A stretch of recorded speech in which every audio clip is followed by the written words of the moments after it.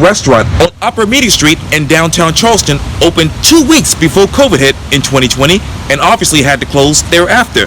Now it's back with some great concepts and a new menu. I talk one-on-one with Brett Chizinski, the owner of Gale Restaurant, for this edition of Quintin's Close-Ups. And if you haven't already, subscribe to my YouTube channel and like Quintin's Close-Ups on Facebook. Brett Chizinski, welcome to the award-winning Quintin's Close-Ups. Very nice to be here. Yeah, I really do appreciate it. Obviously, you are basically the owner of Gale Restaurant in downtown Charleston. And Gale is a 2,100 square feet interior restaurant upfit project on the ground floor of the Meeting Street Loft building. The owner, obviously you, envisioned an intimate 40-seat family-style restaurant with an open kitchen concept and clay dome pizza oven. While the style of cuisine centers around Italian staples, the menu will be an extension of obviously you and your wife. Let me ask you this, Brett. What's new, what's now at Gale? What's new, what's now? Yes, sir. Just lots of trouble with COVID, pretty much. But actually, no. What's now is finally, after a year of, I don't know how to describe it besides craziness.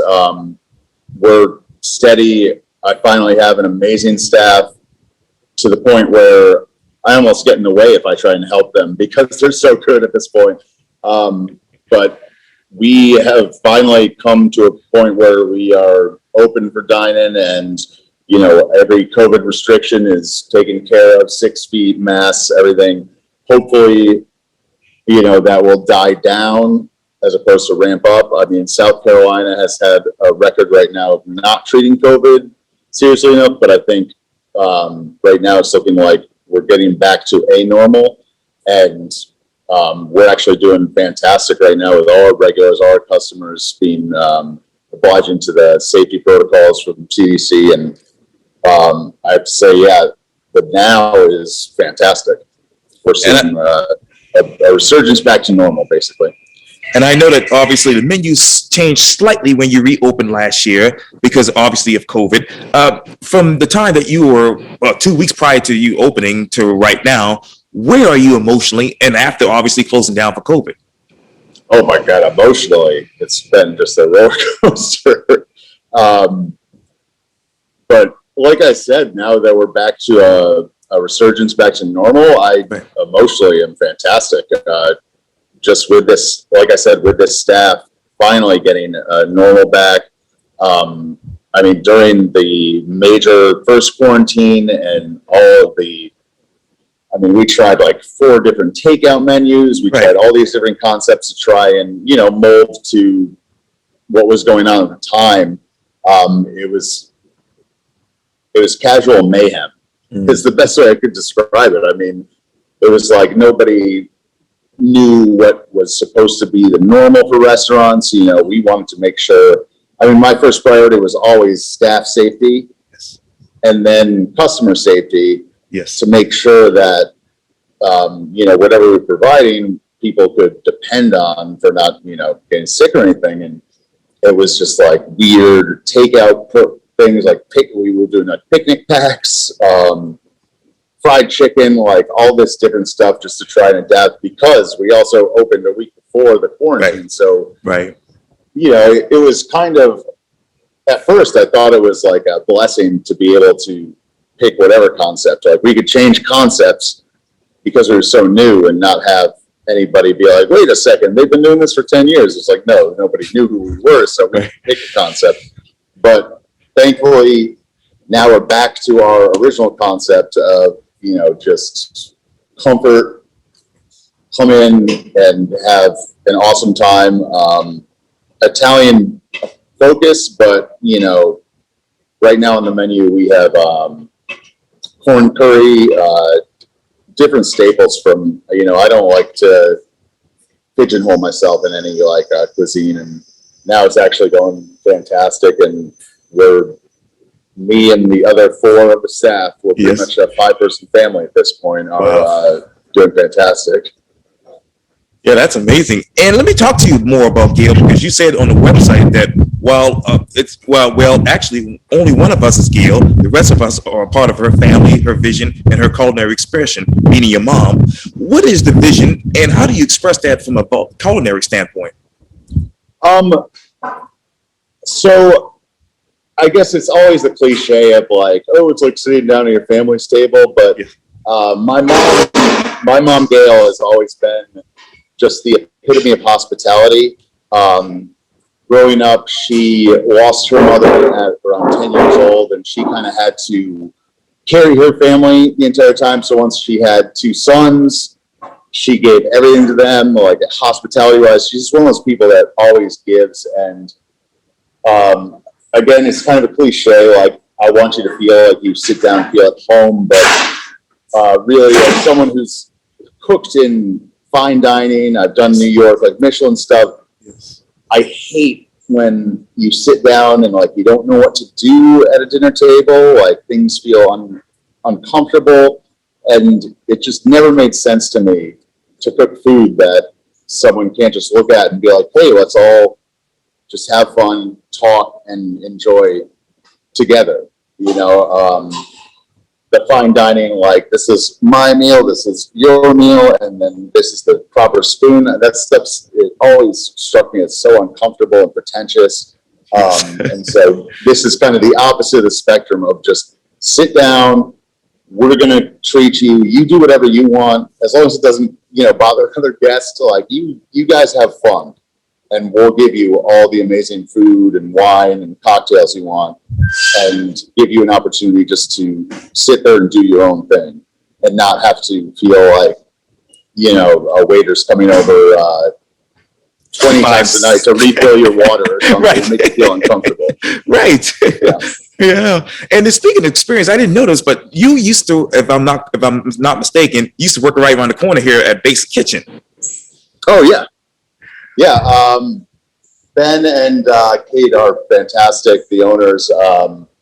Yeah, another fantastic place that is killing it as that concept. And actually, the aesthetic from them, I borrowed a lot for here. I was actually in a place where my original architect was going to be, it was kind of this romanticized idea where I was going to have this farmer that I used to buy pigs from in upstate New York as my architect, without realizing like they don't have as much free time needed for, especially an initial concept, like my first concept. And I was in a place where they had to drop out, unfortunately. And, you know, Kate and Ben from Basic Kitchen is one of my favorite aesthetics because it's just so comprehensive. It's so cohesive from top to bottom. Yes. And I asked, and I emailed them because I didn't know them well at the time, and asked them if they could help me out. And they literally carved out like 2 hours of it a time to mentor me through like, hey, you need, like, this architect is awesome. And they introduced me to both Middleton Group and Tom Lennon, and just took 2 hours of their free time, which they don't have much, judging from how many projects they have going on. Yes. And just were so nice and, you know, completely free, just like talking to me. Cause I was coming as like an injured puppy, like, hey, I don't have anything right now and I've got to have a concept soon. And they just walked me through it and were super nice. And then I ended up, you know, when Gale was being built out, I had time where I needed like some part-time work too, because there's, you know, there's a construction going on, and I worked there, and it really pervades throughout the entire staff, their mentality. They're so nice and so generous, and just a wonderful place where their mentality goes top to bottom to every employee, and I love them. Yeah, I had sweet potato fries in a smoothie one time, and I loved it. Oh yeah. And I know, speaking of experience, I know on your Instagram page you said this about Gale: pizza, pasta, and everything weird in between is what is at Gale. What's weird about the experience at Gale? So that's just my mentality. Yes. In terms of not offering, like, you know, there's 20 places you can get one dish. Right. So always think, for me, when I come up with a menu, I always tell my cooks, either make it weird, which means to me, I mean, in Charleston, make it like super, you know, Asian, Mediterranean, like a culinary place where like it's kind of foreign to most restaurants here. Either make it hyper local, Right. which, you know, it can be a standard dish, but make sure, you know, you're going and getting from farms nearby, or authentic but perfect. Which, if you're going to put spaghetti and meatballs on the menu, make sure it's the best spaghetti and meatballs that you can ever have. So the weird in between is just like how we had a Thai shrimp salad, Oh, yes. where it's not a common experience in Charleston, and it's just pretty much a way for me with my ADD to keep, you know, things interesting. But that's always, I tell cooks, weird, hyper local, or just the best damn authentic you can get. Because, I mean, otherwise you're just kind of going through the motions. Oh, yes. And I know that obviously Gale Restaurant is right downtown on Meeting Street. And you said the Gale Restaurant will be your new favorite neighborhood spot. How have you and obviously the community connected? Pretty much through my bartender Jonathan's mixology program. Is from when I hired him. Yes. I was impressed with his cocktails from the start. Even coming from Boston, if I was interviewing him in Boston, New York, I would be just as impressed. It was crazy to find it. You know, Charleston's still a fledgling, you know, culinary program. It's not as built as New York or Boston, but if I saw him in those areas, I would still be so impressed. And that's one of the first places you can really have an awesome customer connection. Is he is as nerdy as I am in the kitchen, and we have a clientele that just, you know, especially people from the lofts above, love to just talk to him about how did you create this amazing thing. Like milk punch, he'll go through, you know, 6-7 minutes of how it gets to, you know, the point where it is. And so that's the start. And I mean, we want to be also publicly more outreach for charity and foundation. Greg Quintin has he has a foundation, Yo Art, Right. that we love to support. We did some stuff. We did a month of sales contributed to him, but that's one of my favorite foundations that truly supports what Charleston needs, as I see it, socially. You know, less, you know, building up hotels and more Yo Art supports the local community and, you know, children coming up in Charleston, especially East Side Charleston, where, you know, gentrification is a pretty obvious problem with what's going on right now, with how many hotels are being built up and less significance for, you know, the community. You just touched on it just a second ago, but what is the future of Charleston in your mind? Charleston has, so I came down and 4 years ago, and obviously you always hear about Southern hospitality and those cliches, but it really does, like, you know, the restaurant community, especially if you do one thing over here, it's heard within the day over all the community. Right. And I mean, if you're in Boston or New York, you're in competition with everybody.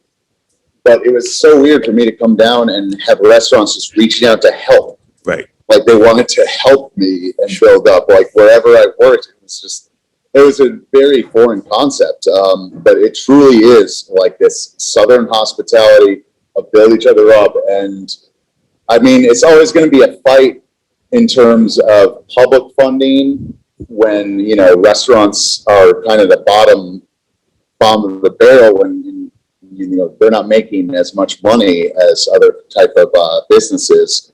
But I think working together, Charleston does a great job of building the community up with these businesses. And I think that's what the future of Charleston has to be, I feel like. I mean, it has to be, you know, the businesses working together with public funding to build the community up, as opposed to going too much towards the tourist driven.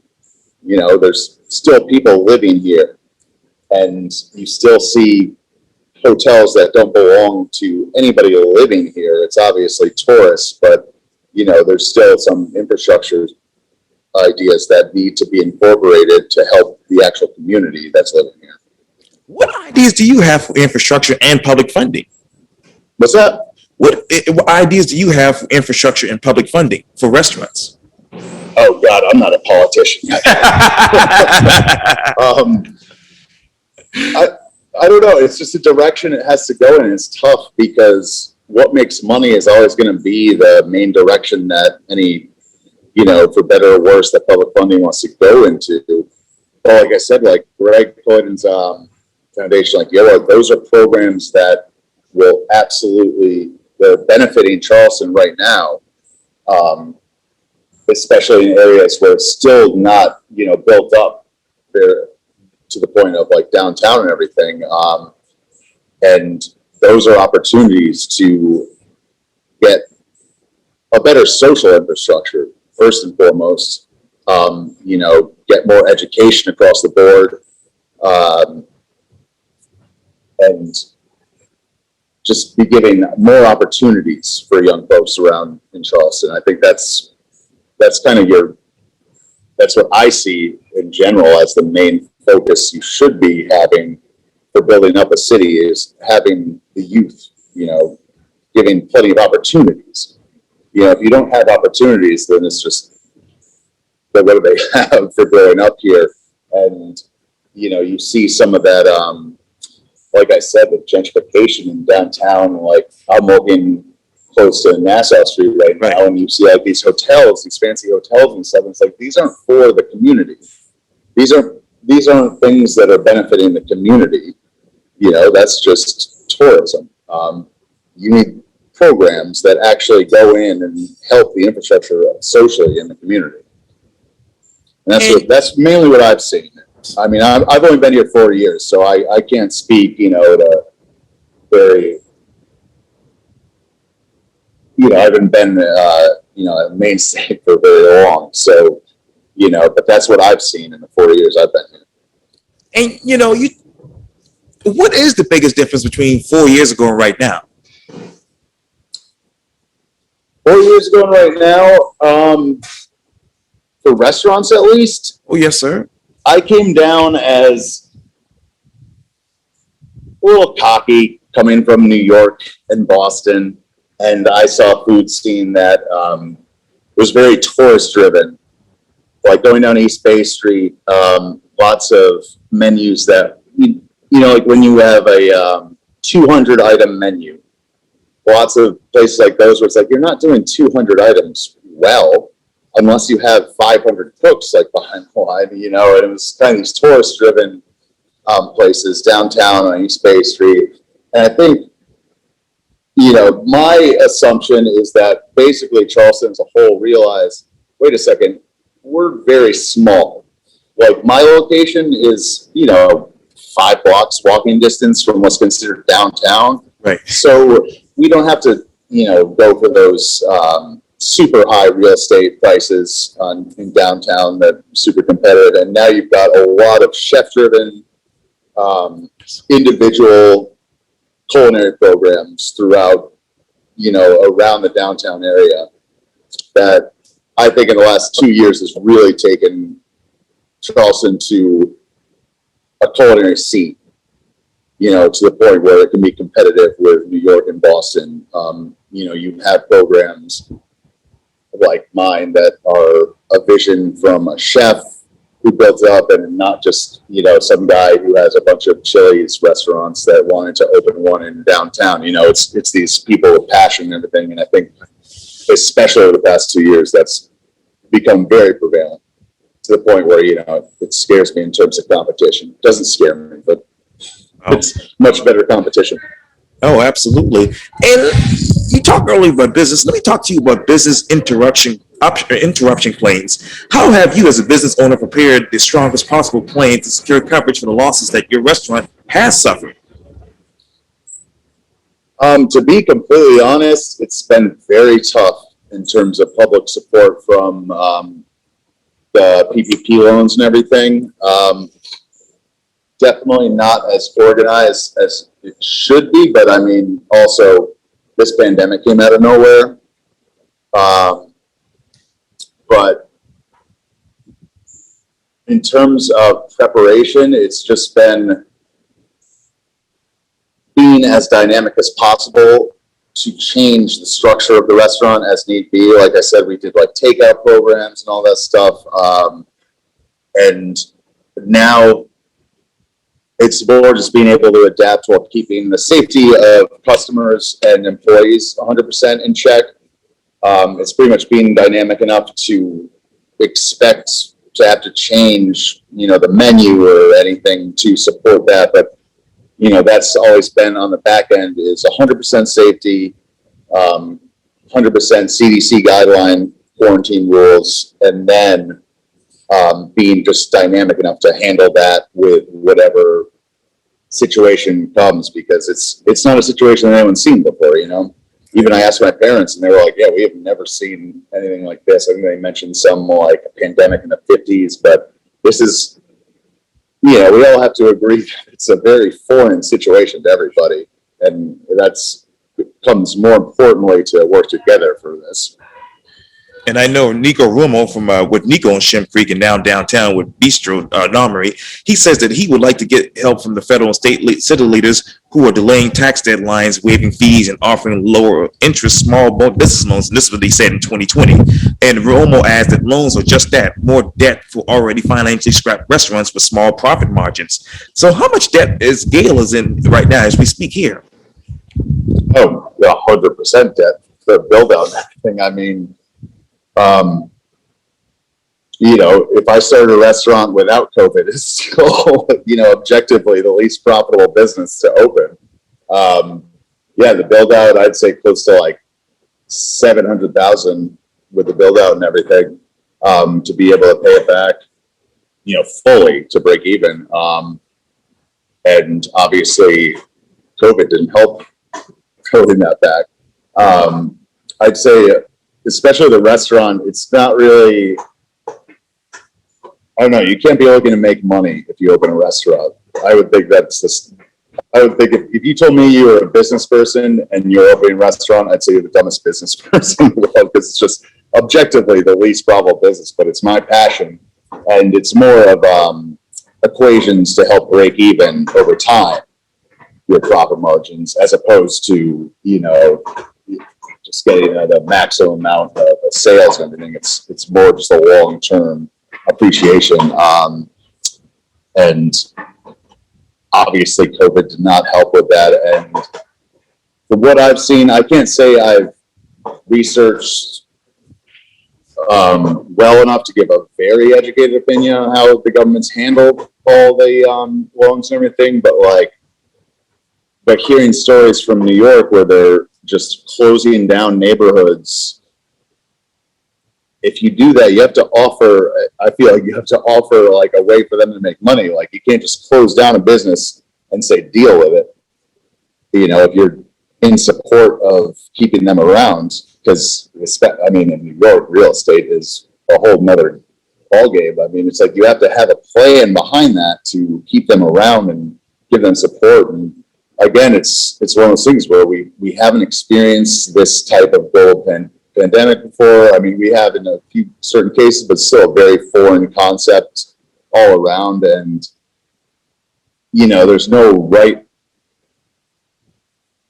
or wrong way to do it, because it's just it doesn't happen enough to have like a big plan. And so it's kind of just a mess all around where, again, people just have to work together. And the U.S. is not great at doing that sometimes.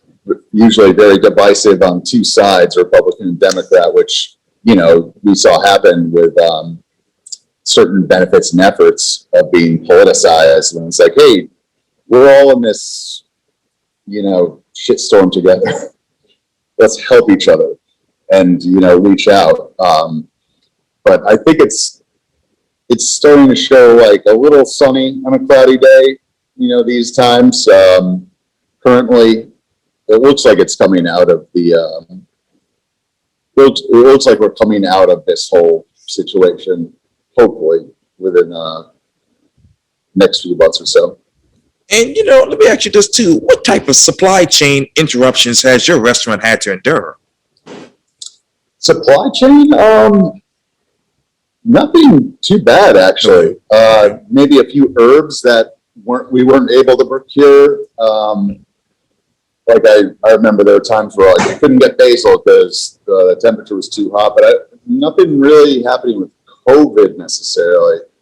But for us, no, like I said, I also tell all my cooks, and my philosophy is be dynamic. Like if you can't find this, well, there's other things. There's other floral herbs you can use. Yes. But we haven't had any significant problems with supply chain.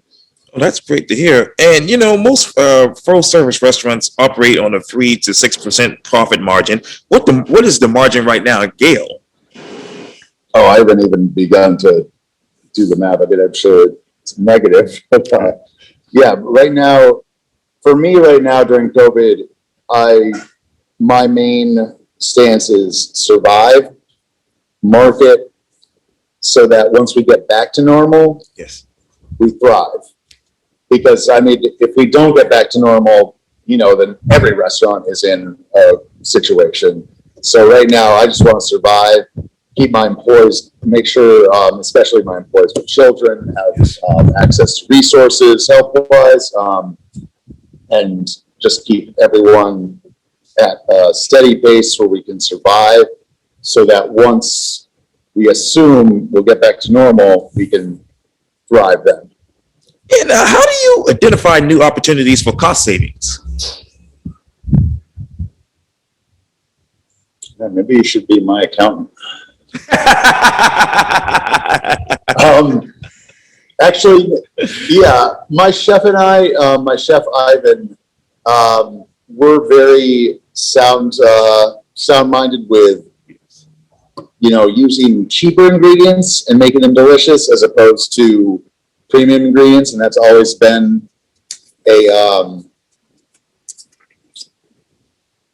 one of my main philosophies in terms of like, any chef can take caviar and put it on some toast.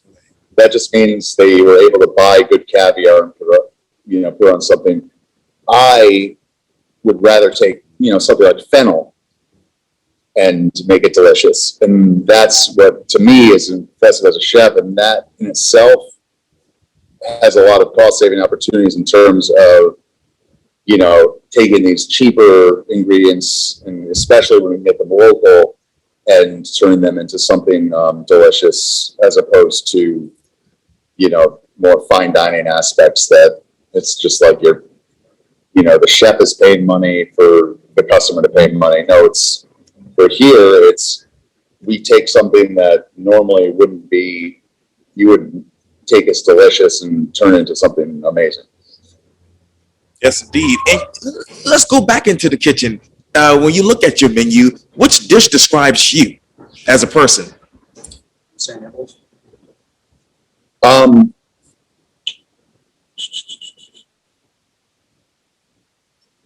One of them would be the spaghetti and meatballs, because we don't have it on the menu now, but the meatball recipe is literally a recipe from